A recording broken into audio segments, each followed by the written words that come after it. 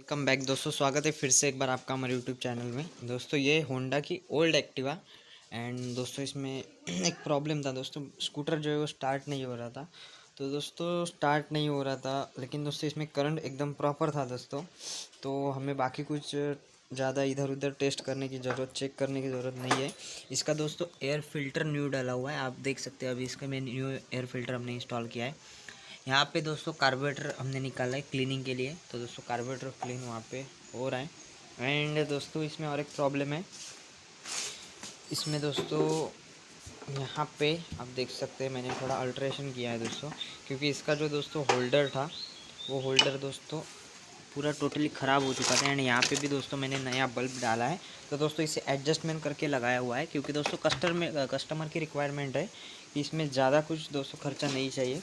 And साथ ही साथ में दोस्तों अभी जो इसके किक का भी दोस्तों वर्क बाकी है दोस्तों, आप देख सकते हैं। यहाँ पे दोस्तों जो हमारा लगता है, हमारी किक जो यहाँ पे लगती है, तो दोस्तों उस किक का भी दोस्तों रिपेयर करना है। तो दोस्तों किक में हमें नया क्या डालना है, नया हमें रैचेट दोस्तों डलवाना है। तो मैं आपको दिखा देता हूँ। तो दोस्तों इसकी प्राइस कुछ 218 रुपीज़ है।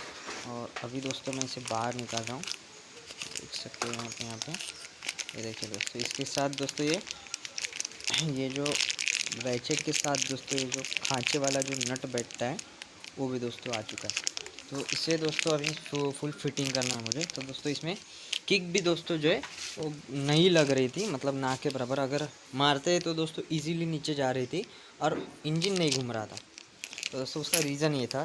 तो इसे भी दोस्तों अभी फटाफट से डालेंगे एंड फिटिंग करके ले लेते हैं। एंड बाद में मैं आपको फाइनल में इससे जो है वो स्टार्ट करके दिखाऊंगा क्या क्या दिक्कतें थी जो स्टार्ट नहीं हो रही थी। और दोस्तों इस सॉकेट मैंने न्यू क्यों डाला, क्योंकि दोस्तों वो ख़राब तो था ही, लेकिन साथ ही साथ में दोस्तों अपर एंड डिपर का दोस्तों प्रॉब्लम हो रहा था, अपर डिपर नहीं हो रहा था।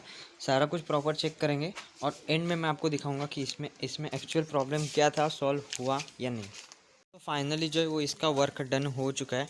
एंड दोस्तों इसके मैंने अभी काम टोटल एक्चुअल में क्या क्या किया मैं आपको दिखा देता हूँ।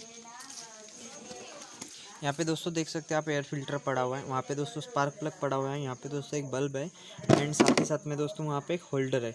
तो ये दोस्तों चारों चीज़ें चेंज हो गई है। एंड साथ ही साथ में दोस्तों इसके क्लच में जो दोस्तों प्रॉब्लम था, क्लच का रैचेट, तो दोस्तों एक्चुअली इसे अभी टेम्परेरी यहाँ पे वेल्डिंग करके हमने ये किया है, क्योंकि दोस्तों इसमें जो अंदर गैप होता है वो गैप दोस्तों एक्स्ट्रा हो गया, क्योंकि दोस्तों इसमें कुछ बच्चे लोगों ने दोस्तों छेड़खानी की थी। यहाँ पे बहुत ज़्यादा किक यूज़ हुए थे, वो भी बिना किसी रीज़न के। तो दोस्तों इससे किक का जो रैचेट है वो ख़राब हो चुका, और साथ ही साथ में दोस्तों यहाँ पे गैप भी पड़ चुकी। तो दोस्तों अगर यह हमें गैप मिटानी है तो दोस्तों हमें एक क्लच कवर पूरा चेंज करना पड़ेगा, और इसकी दोस्तों प्राइस लगभग 2000 के आसपास पड़ जाती है।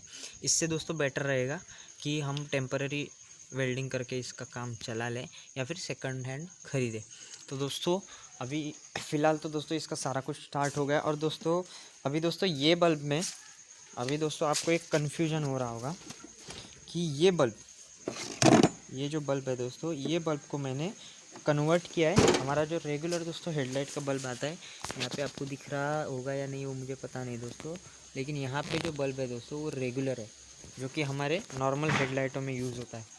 तो दोस्तों उससे मैंने थोड़ा एडजस्ट करके लगाया, थोड़ा बहुत इधर उधर करके दोस्तों मैंने उसे लगाया है। एंड फाइनल में दोस्तों इसकी जो हेडलाइट का जो प्रॉब्लम था, अपर डिपर नहीं हो रहा था, उसका दोस्तों रीज़न ये था कि उसे अर्थ नहीं मिल रहा था। एंड दोस्तों वायरिंग में थोड़ी बहुत दिक्कत थी। तो दोस्तों सारा कुछ मैंने इसका प्रॉब्लम सॉल्व आउट किया है।